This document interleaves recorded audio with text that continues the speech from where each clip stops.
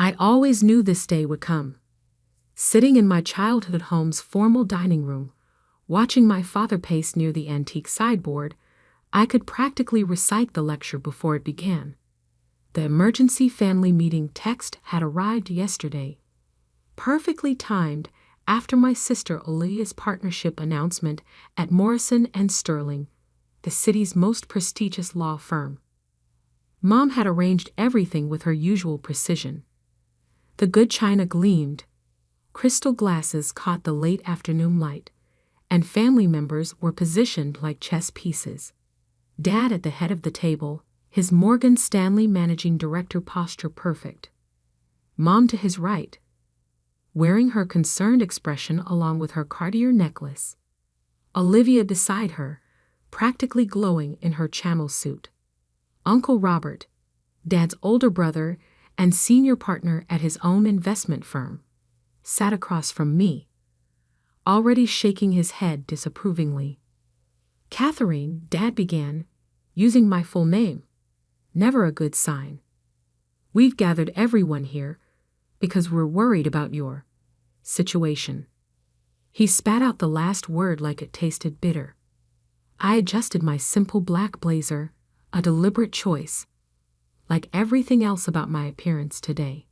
No designer labels, minimal makeup, my Harvard MBA class ring conspicuously absent. Let them think I couldn't afford better. It made what was coming so much sweeter.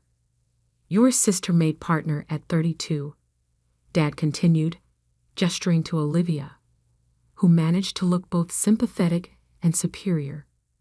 Youngest female partner in the firm's history. While you, he waved his hand vaguely, play entrepreneur with some tech startup nobody's heard of. Mom reached for her wine glass. Darling, we just want to understand. You had such a promising career at Goldman. Vice president at 28. On track for managing director. Then you just walked away.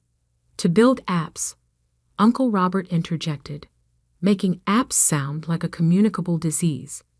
3 years of watching you waste your potential. Your trust fund, which you froze, I reminded him quietly. For your own good, he thundered. Someone had to show some sense. Olivia leaned forward, all practiced courtroom concern. Cat, we know starting over is hard, but Morrison and Sterling always needs good corporate attorneys. With your background, I could probably. Still trying to save me, Liv. I kept my voice neutral, like when you told the family about my failed startup last Christmas. She had the grace to flush. That particular announcement had led to 6 months of interventions, career counselors, and not-so-subtle job listings appearing in my email. Someone had to do something, she defended. You've been working out of that tiny office downtown, driving that old car, living in that starter condo, Mom added sadly. We just want you to have the life you deserve. I checked my phone discreetly. 6:58 p.m. The Wall Street Journal article would go live in 2 minutes, right on schedule. Dad was really hitting his stride now. Your sister-made partner while you play with computers. Do you know what that partnership means? 7 figures base. Bonuses. Corner office. Real success. And what exactly do you have to show for these 3 years? Uncle Robert demanded. What does your company even do? I smiled slightly. Would you like me to explain? Please. Mom jumped in. We've been trying to understand. Actually, I said, I think the Wall Street Journal might explain it better. Mom's phone buzzed. She glanced down automatically, then froze. The color drained from her face. Margaret? Dad frowned. What is it? She turned the phone around shakily. There on the screen was the headline they'd all been too busy judging me to notice coming. QULNTUMSOAUDTIONS VALUD at $4 billion. FTRLATEST. UNDIGROUND. Tech's newest unicorn revolutionizes AI security. My company's logo filled the screen. Below it, my professional headshot and the caption. Catherine Mitchell, 31, founder and CEO of Silicon Valley's most secretive success story. The room went completely silent. That's... Uncle Robert grabbed the phone. This must be a mistake. No mistake, I said calmly. Though that valuation is a bit outdated. After this morning's acquisition, we're closer to $6 billion. Olivia's perfect composure cracked. $6 billion? Would you like to know what my company actually does now? I pulled out my tablet, watching their faces as the reality slowly sank in. Or should we discuss how my playing with computers just revolutionized cybersecurity? Dad sank into his chair, face ashen. But you never said anything. I met his eyes steadily. You never asked. You were too busy planning my intervention to notice my success. Mom's phone started buzzing continuously as notifications poured in. The story was being picked up by other outlets. Soon, every financial news network would be running it. I don't understand, Olivia whispered. All this time, I confirmed. I've been building something revolutionary. That tiny office downtown is actually the smallest space in a building I own. That starter condo is the penthouse at the Morrison. And that old car is a deliberate choice, because true success doesn't need to show off. Uncle Robert was still staring at the phone, scrolling frantically. The board, the investors, include 3 Fortune 500 CEOs and the world's largest tech venture fund, I supplied. We kept things quiet while developing the technology. Security reasons, you understand. The article was detailing exactly what my company had created, an AI-driven quantum security system that made existing encryption obsolete. Every major tech company, government agency, and financial institution would need our technology. And I owned 51% of the company. Dad looked like he'd been punched. Why didn't you tell us? I stood up, smoothing my simple blazer. Because sometimes the best success comes when people underestimate you. Now, if you'll excuse me, I have a video interview with Bloomberg in an hour. They're doing a special on disruptive tech leaders. As I headed for the door, Mom found her voice. Catherine, wait, please. I turned back. Oh, and Liv? Congratulations on making partner. 7 figures is impressive. I smiled. Let me know when you're ready to discuss real numbers. The last thing I saw as I left was Olivia's face as she did the math on my net worth compared to her partnership compensation. Some victories don't need words. Outside, a sleek black car waited to take me to the studio. My phone buzzed with a message from my COO. Stocks up 30% pre-market in Asia. Ready to change the world. I smiled, thinking of the shocked faces I'd left behind. Always ready. After all, success is the best revenge, especially when nobody sees it coming. The Bloomberg studio lights were harsh, but I remained perfectly composed. The host, Michael Jensen, leaned forward with practiced intensity. So, Catherine Mitchell, the tech world's newest billionaire. Or should I say, its best kept secret.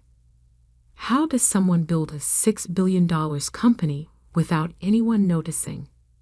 I smiled, knowing my family was probably watching. Success doesn't need an audience, Michael. It needs focus. The interview was going live across global markets. Asian trading had already responded. Our stock was up 40% and climbing. But that wasn't what made me check my phone during the commercial break. The messages had started pouring in. Dad, Catherine, we need to talk. Please. Mom, darling, I've had calls from every charity board in the city. Olivia, the managing partners want to meet you. Please call me. Uncle Robert, my investment committee is asking questions. We should discuss. I ignored them all, focusing instead on the message from Marcus, my COO. Goldman Sachs called. They want to schedule a meeting. I smiled, remembering my old corner office there. The one I'd foolishly walked away from 3 years ago. The same Goldman Sachs that had declined to invest in our first funding round. We're back in 30 seconds, the producer announced. Ms. Mitchell, Michael said as we returned to air. Your quantum encryption technology is being called revolutionary. Every major tech company will need to adapt. How does it feel to disrupt an entire industry? It feels like validation. I replied, thinking of all those family dinners where they dismissed my work. But this is just the beginning. After the interview, my phone showed 147 missed calls. The top tech news sites were running with the story. Stealth startup becomes Valley's hottest company overnight. Catherine Mitchell, the billionaire nobody saw coming. Quantum Solutions, how one woman revolutionized cybersecurity. My executive assistant, Sarah, met me at the elevator of our headquarters. Your sister's been in the lobby for 2 hours. Of course she has. I checked the security feed on my phone. Olivia sat in her perfect channel suit, looking increasingly less perfect as time passed. Let her wait. My office occupied the top floor of the building, the one my family thought was just a small rental space. Floor-to-ceiling windows offered a view of the city skyline, including the Morrison and Sterling building where Olivia had just made partner. The Goldman Sachs team will be here at 2, Sarah reported. And the Times wants an exclusive on your journey from Goldman VP to tech CEO. Schedule the Times for next week. I sat at my desk, studying the latest market reports. Let's make Goldman sweat a little first. A soft knock interrupted. Marcus entered, tablet in hand. You might want to see this. He pulled up a LinkedIn post from Olivia. So proud of my brilliant sister, Catherine Mitchell, CEO of Quantum Solutions. Always knew she would change the world. Hashtag proud sister, hashtag woman in tech, hashtag family first. Interesting, I said, considering last week she told our cousins I was wasting my potential. Your uncle's firm also released a statement claiming they were early supporters of your vision. I laughed. The same uncle who froze my trust fund to teach me responsibility. Marcus grinned. Want to show them what real support looks like? I pulled up our investor dashboard. Released the Series B details. Let everyone see who really believed in us. The list was impressive. 3 of the world's top venture capital firms, 2 tech giants, and a handful of strategic investors. Notably absent, Uncle Robert's prestigious investment firm. Also, Marcus added, Morrison and Sterling's managing partner called. They want to pitch for our legal business. Olivia's firm. I raised an eyebrow. Let me guess, they suggested her as lead counsel. Said she'd give us the family discount. I shook my head. Schedule meetings with their top 3 competitors instead.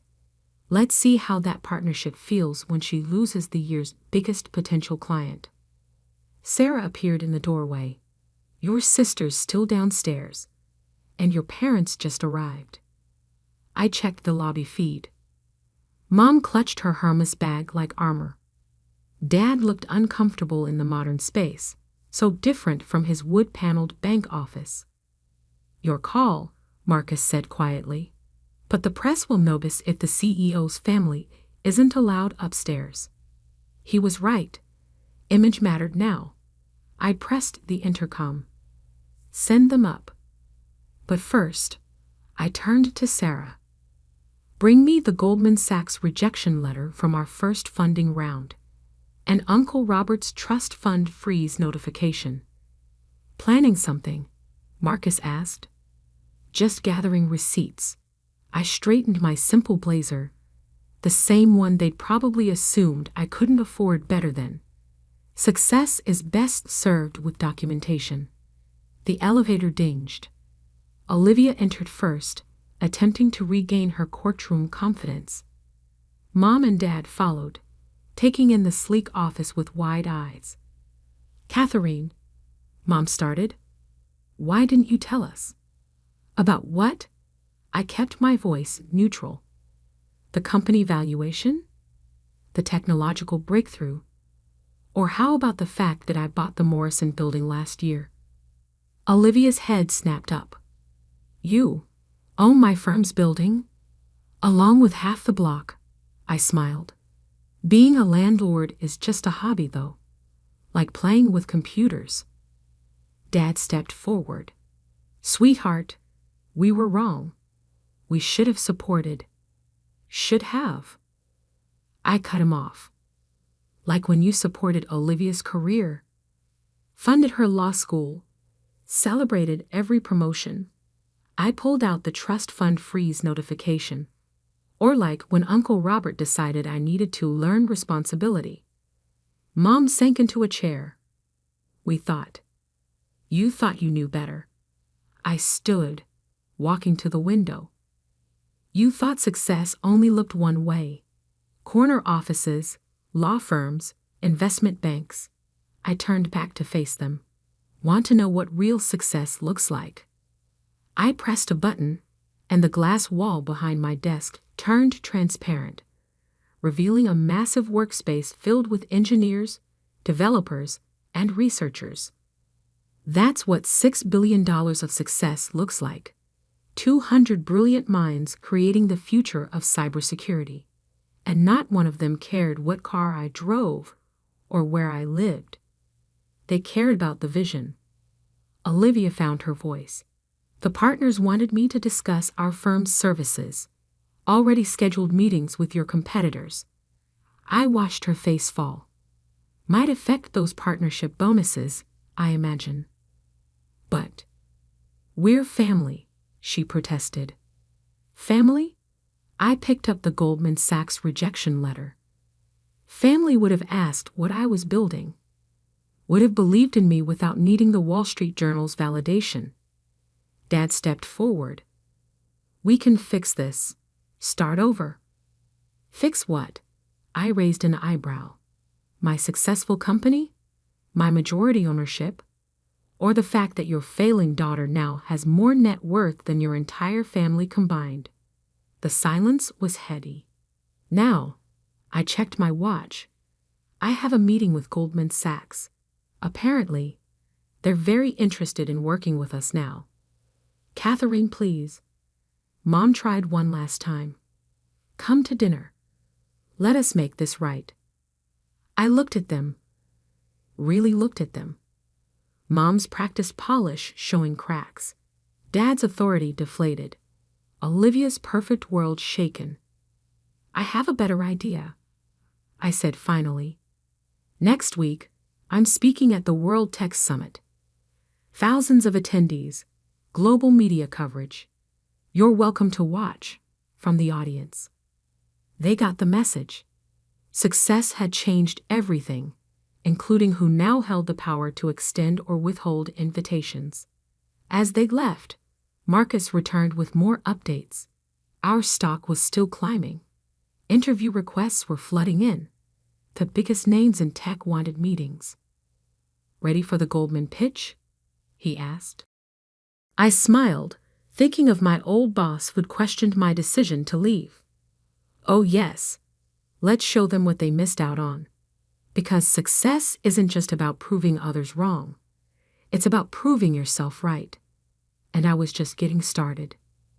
The World Tech Summit main stage was everything I'd imagined during those long nights coding in my tiny office. 20-foot screens displayed the Quantum Solutions logo. 5,000 attendees filled the convention center's grand hall. Every major tech publication had front row seats. From the green room, I watched my family file in.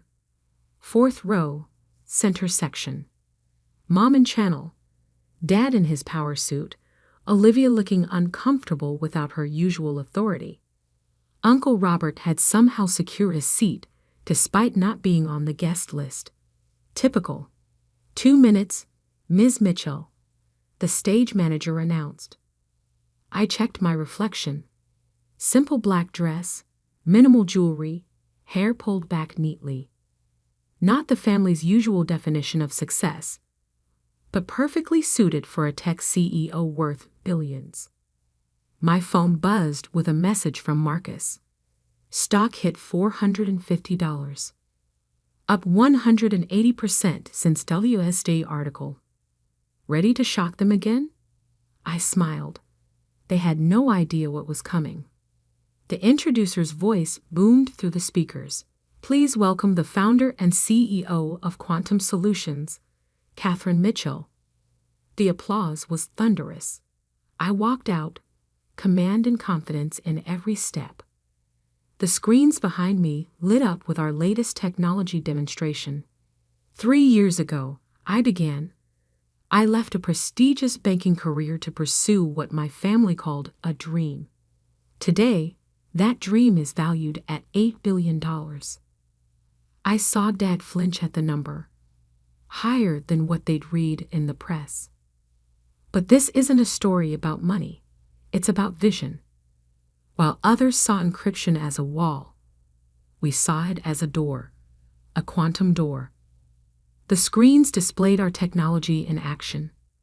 The audience gasped as we demonstrated how traditional security systems fell before conventional attacks, while our quantum shield remained impenetrable. This morning, I continued, I'm pleased to announce that Quantum Solutions has been selected by the Department of Defense for a $12 billion security infrastructure contract. The room erupted. Photographers' flashes lit up like lightning. In the 4th row, Mom grabbed Dad's arm. Olivia's jaw dropped. Additionally, I smiled, knowing this would hit home. We've acquired Morrison Digital Securities. Olivia's head snapped up. Her law firm's biggest client, gone in one sentence. But perhaps most significantly, I paused, savoring the moment. We've established the Mitchell Innovation Foundation with a $500 million endowment to support young entrepreneurs who, like me, have a vision others might not understand. The screens show the foundation's first initiative. Full scholarships for women in tech, specifically those who'd been told they couldn't succeed. As I outlined our plans for global expansion, I watched my family's reactions. Dad's proud smile, too late to claim credit. Mom's tears, realizing what she'd missed. Olivia's rapid texting, probably to her panicking law partners. After the presentation, the press swarmed. Ms. Mitchell, how does it feel to be called the next Steve Jobs? Is it true you're now the youngest self-made female billionaire in tech? Any response to rumors about a potential Goldman Sachs merger? I handled each question with practiced ease, watching my family hover at the edges of the crowd. They'd have to wait, just like everyone else. Hours later, in my office, Sarah brought in the afternoon's headlines. Quantum Solutions lands historic defense contract. Catherine Mitchell, the woman who revolutionized security. Tech's new queen. How one CEO changed the game. Your family's still in the building, she reported. Your sisters tried to get past security 3 times. I walked to the window, looking out at the city I now partially owned. Send them up. It's time. They entered like chastened children, not the power players they'd been just days ago. That was, Dad started. Revolutionary? I supplied. World-changing? Or just playing with computers? Mom stepped forward. We were wrong, Catherine. So wrong. Yes, I agreed simply. You were. The foundation, Olivia said. That's impressive. It's necessary, I corrected, so other women don't hear no from the people who should support them most. Uncle Robert cleared his throat. About the trust fund. Is still frozen. I cut him off. And will remain so. I'm doing quite well without it. Catherine, Dad tried again. We want to be part of this, part of your success. I turned to face them fully. My success happened without you. Happened despite you. The time to be part of it was 3 years ago, when I needed support. Not now, when I've proven everyone wrong. Then why let us come today? Olivia asked quietly. Because success isn't about revenge, I said. It's about growth. You needed to see that the daughter you dismissed changed the world. The sister you pitied now owns your firm's building. The niece you tried to control built an empire. I pressed a button, and the office windows turned transparent, revealing the full scale of our operations. Hundreds of employees, millions in equipment, the future being built in real time. This is what believing in yourself looks like, I said. This is what happens when you don't let others define your worth. Mom was crying openly now. Please, give us a chance to make it right. I smiled softly. You already did. Your doubt made me stronger. Your dismissal made me determined. Your lack of faith made me unstoppable. And now? Dad asked. Now? I checked my phone as another alert came in. Now I have a company to run, an industry to revolutionize, and a generation of entrepreneurs to support. You're welcome to watch, from whatever distance you earn.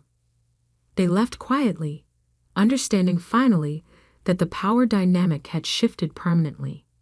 Success had transformed their dutiful daughter into someone they barely recognized, a leader, a visionary, a force. Later that night, alone in my office, Marcus brought in the final market report. Stock closed at $500. Market cap now over $10 billion.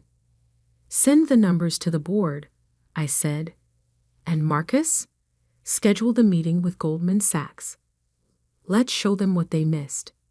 They'll try to buy their way in now, he warned. Let them try. I smiled, thinking of all those doubting voices now turned to praise. Success isn't about who joins you at the finish line. It's about who believed in you at the start. My phone buzzed with another family message. I ignored it, focusing instead on the foundation proposals. Somewhere out there, another woman was being told she couldn't succeed, couldn't innovate, couldn't lead. I would make sure she could.